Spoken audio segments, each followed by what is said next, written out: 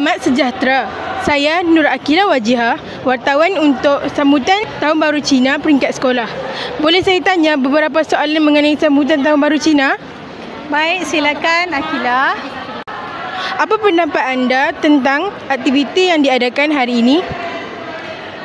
Baik, aktiviti hari ini sangat menarik dan yang paling saya suka ialah aktiviti persembahan tarian singa. Sebab sepanjang saya membesar dalam komuniti, ini ialah kali kedua saya menyaksikan persembahan tarian singa secara bersemuka.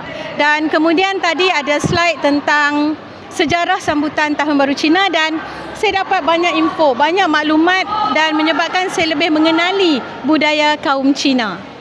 Dan semoga tahun depan kita akan saksikan lagi persembahan-persembahan ini. Baik, terima kasih Cikgu. Ya, sama-sama. Boleh saya tanya, apakah aktiviti yang paling anda suka dalam perayaan ini? In my opinion, my favorite activity during this perayaan is line dance. Line dance is a traditional Chinese activity that is unique and it is done during Chinese New Year. In my opinion, my favorite one is Chinese orchestra because it was played so well and the music was so perfect. Izinkan saya bertanya, apakah aktiviti yang anda paling suka dalam perayaan ini?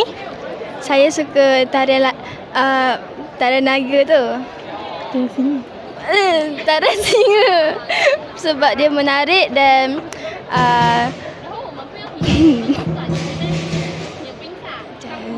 sebab dia menarik dengan banyak apa tak ingat ini. Okey. Itu sajalah. Okey, terima kasih. Dan apa pendapat awak? Bagi pendapat saya saya suka tarian singa juga sebab pertunjukannya menarik. Lepas tu lagu yang rancak membuatkan banyak ramai penonton kan suka jenis macam tu. And actually kalau tarian naga bagi Muslim kan nampak boleh tengok dari jauh je, ini dekat-dekat, so satisfied lah dengan persembahan tu. Okey, terima kasih. Baik, izin bertanya, apa yang paling istimewa tentang Tahun Baru Cina bagi anda?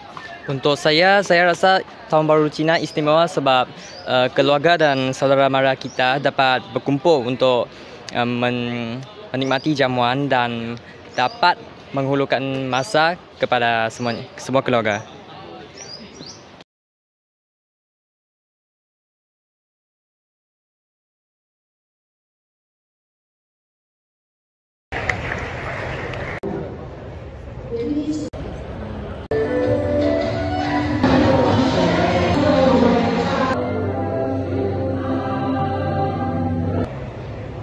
Salam sejahtera dan selamat pagi. Bersama Sing yang Pilot.